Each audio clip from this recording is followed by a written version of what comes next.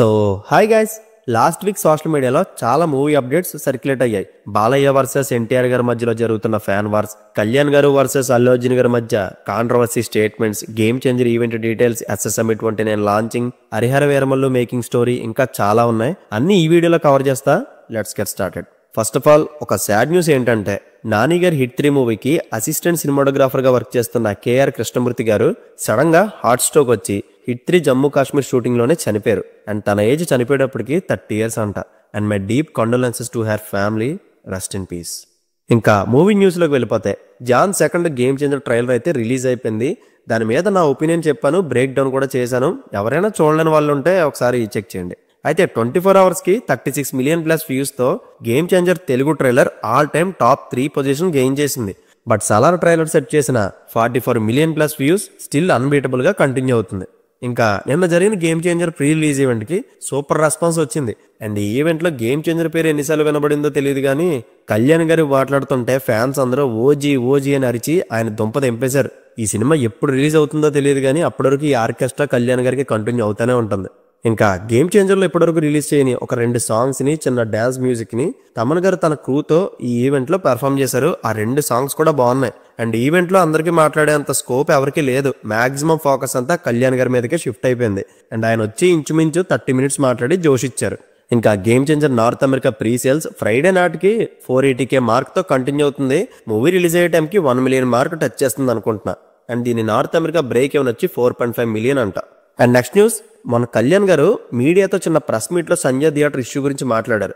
ఆయన మాట్లాడిన ఆ వీడియో బయటికి రాకముందే కళ్యాణ్ గారు బన్నీని చాలా మాటలు అన్నట్టు సోషల్ మీడియా అంతా నిజాలు తెలుసుకోకుండా ఇష్టం వచ్చినట్టు పోస్టులు, కమెంట్లు చేసి ఒక 3 hours రచ్చలేపేశారు. ఇన్స్టెంట్ గా కళ్యాణ్ గారి మీద రాంగ్ డైరెక్షన్ లో మ్యాటర్ వెళ్ళిపోయింది. అండ్ ఇది జరిగిన 3 hours తర్వాత ఒరిజినల్ ఫుటేజ్ బయటకు వచ్చింది. అది చూసిన తర్వాత కళ్యాణ్ గారు ఎంతో పాజిటివ్ గా మాట్లాడిన సిచ్యువేషన్ ని కొన్ని ఛానల్స్ ఎంత రాంగ్ వేలో పోర్ట్రే చేశారో చూసాక నాకైతే వాడి అమ్మ వీడియో కనుక రాకపోయి ఉంటే పరిస్థితి ఎలా ఉండేదిరా బాబు అనిపించింది. అసలే అది సెన్సిటివ్ మ్యాటర్. పైగా కళ్యాణ్ గారు ఇప్పటికొచ్చి దాని గురించి ఎక్కడా మాట్లాడలేదు. కానీ సడన్ గా ఈ నెగిటివ్ న్యూస్ రావడంతో ఒక్కసారిగా సోషల్ మీడియా మొత్తం టాక్సిక్ అయిపోయింది. బట్ ఆ వీడియోని అందరూ చూసాక విత్ ఇన్ షార్ట్ టైం లోనే ఈ ట్రెండింగ్ న్యూస్ మొత్తం కామ్ అయిపోయింది.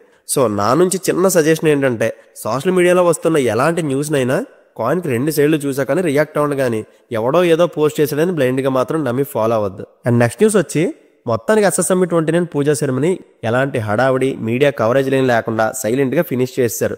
ఇందులో సర్ప్రైజింగ్ ఫ్యాక్టర్ ఏంటంటే, మహేష్ బాబు గారు ఒక డికేడ్ నుంచి అనుకుంటా ఆయన మూవీ పూజా సెరమనీకి అసలు రారు.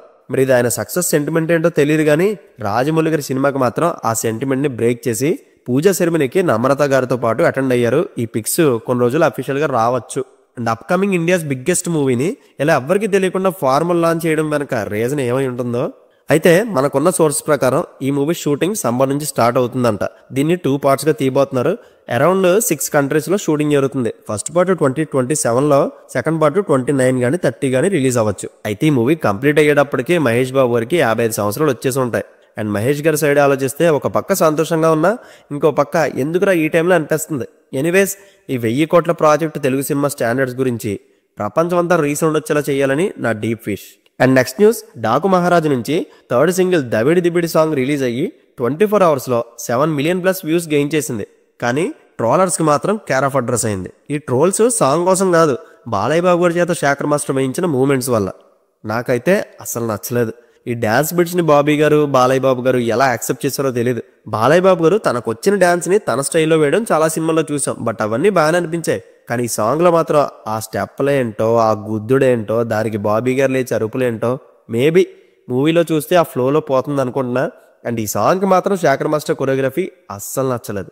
అండ్ నెక్స్ట్ న్యూస్ వచ్చి, రీసెంట్ గా Daaku Maharaaj movie team NBK షోకు వెళ్ళింది. అయితే డైరెక్టర్ బాబీ గారిని తన ఫిల్మోగ్రఫీలో చేసిన హీరోస్ గురించి మీ ఒపీనియన్ ఏంటని బాలయ్య బాబు గారు అడిగారు. 1 by 1 అందరూ వచ్చారు, కానీ జూనియర్ ఎన్టీఆర్ గారి పిక్చర్ మాత్రం చూపించలేదు. అండ్ ఎన్టీఆర్ గారితో బాబీ గారు ఆల్రెడీ జైలు అవకాశం అనే హిట్ బాంబ్ కూడా తీశారు. అయితే ఈ మ్యాటర్ నిన్నంతా ఫుల్ ట్రెండ్ అయింది. సోషల్ మీడియాలో Balayya versus NTR fans rivalry అయితే జరిగింది. స్టిల్ ఇప్పటికీ అది కంటిన్యూ అవుతానే ఉంది. అందుకే డాకు మహారాజ్ ప్రొడ్యూసర్ నాగవంశీ గారు కూడా ఇండైరెక్ట్ గా ఫ్యాన్ వార్స్ ఆపాలని, ఈ సినిమాకి మీ అందరి సపోర్ట్ కావాలని ట్వీట్ వేశారు. అండ్ ఎన్బీకే షో ఇప్పటికీ 3 seasons అయ్యాయి. అండ్ 4th season కంటిన్యూ అవుతుంది. బట్ ఒక్కసారి కూడా జూనియర్ ఎన్టీఆర్ గారిని తీసుకురాలేదంటే అక్కడ అర్థమవుతుంది వీళ్ళ మధ్య టర్మ్స్ సరిగ్గా లేవని. మరి ఇది ఎంత దూరం వెళ్తుందో తెలియదు. దీని ఎఫెక్ట్ ఏదైనా డాకు మహారాజా కలెక్షన్ మీద పడుతుందా లేదా కొన్ని రోజుల్లో తెలుస్తుంది. యాక్చువల్గా బాలయ్య బాబు గారు బాబీ గారిని అడిగారంట, మా వాడితో ట్రిపుల్ రోల్ చేయించావు కదా, ఎక్స్పీరియన్స్ ఎలా ఉందని. బట్ అది ఎపిసోడ్లో ఉండకుండా డిలీట్ చేసేసారని ఇంకో న్యూస్ స్ప్రెడ్ అవుతుంది. బట్ ఇందులో ఎంతవరకు నిజం ఉందో ఆ భగవంతుడికే తెలియాలి. ఇంకా నెక్స్ట్ న్యూస్, మొత్తానికి అల్లు అర్జున్ గారికి సంజయ్ థియేటర్ కేసులో నాంపల్లి కోర్టు రెగ్యులర్ బెయిల్ ఇచ్చి రిలీఫ్ ఇచ్చింది. నిన్న ఆఫ్టర్నూన్ కోర్టుకి అటెండ్ అయ్యి బెయిల్ తాలూకు ఫార్మాలిటీస్ కూడా ఫినిష్ చేసుకున్నారు ఆయన.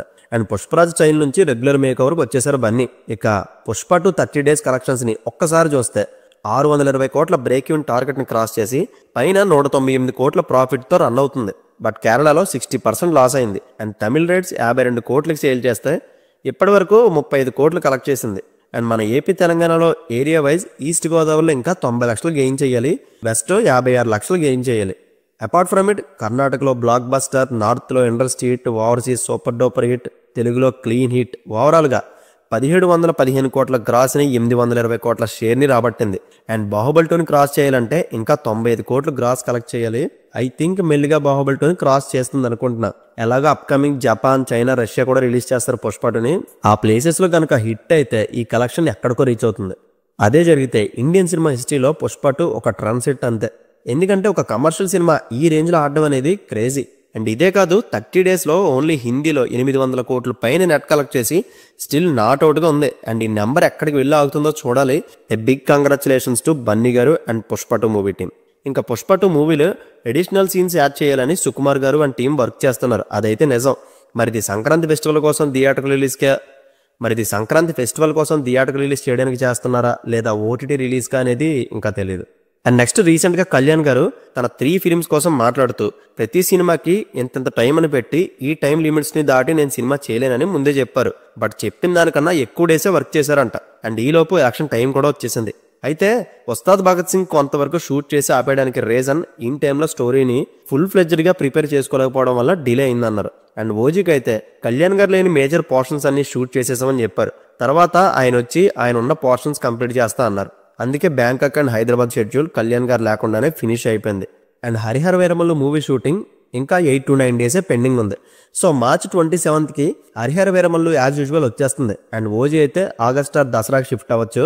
Ustaad Bhagat Singh I think next year సంక్రాంతికి వస్తుంది. And Dulquer Salmaan's next pan India project ఆకాశంలో ఒక తార. దీన్ని పవన్ సద్నేని గారు డైరెక్ట్ చేస్తున్నారు. సాయి పల్లవి గారు lead actors. And February 5th నుంచి షూటింగ్ స్టార్ట్ అవుతుంది. జీవి ప్రకాష్ గారు మ్యూజిక్ ఇస్తున్నారు. ఇదొక ఆస్పిరేషనల్ డ్రామా ఫిలిం. అండ్ 2004లో వచ్చిన cult classic love story 7 Brindavan కాలనీకి సీక్వెల్ రాబోతుంది.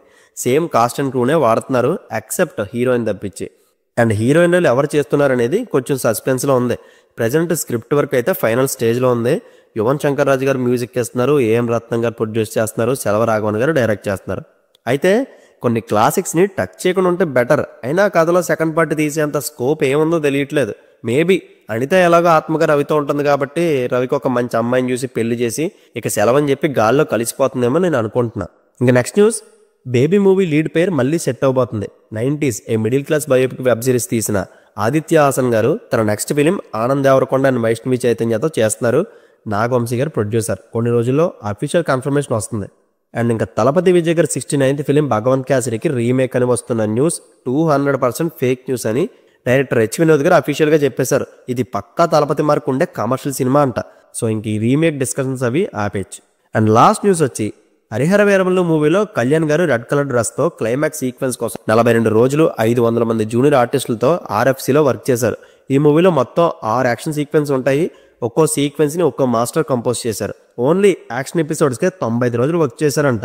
దీనికే సగం బడ్జెట్ అయిపోయి ఉంటుంది. అండ్ చార్మినార్ సెట్ అని, ప్యాలెస్లని, అజ్మీర్ పోర్ట్ అని చాలా రకాల సెట్స్ వేశారు. దీనికి సంబంధించి VFX వర్క్ని కెనడా అండ్ ఇరాన్లో కంప్లీట్ చేశారు. ప్రెజెంట్ కలర్ గ్రేడింగ్ వర్క్ అయితే జరుగుతుంది. కొన్ని రోజుల్లో దీని మేకింగ్కి సంబంధించి ఒక గ్రాండ్ ప్రమోషనల్ వీడియో ఒకటి రిలీజ్ చేస్తారు. ఈ మూవీలో కళ్యాణ్ గారు 2 డిఫరెంట్ లుక్స్లో కనిపించబోతున్నారు. So that's it guys. Last week huge లెవెల్లో ట్రెండ్ అయిన మూవీ న్యూస్ ఇదే. వీడియో నచ్చితే లైక్ చేయండి. అండ్ ఈ 2025లో మీ మోస్ట్ యాంటిసిపేటెడ్ మూవీ ఏంటో కామెంట్ చేయండి. See you in the next video. Take care friends and thank you.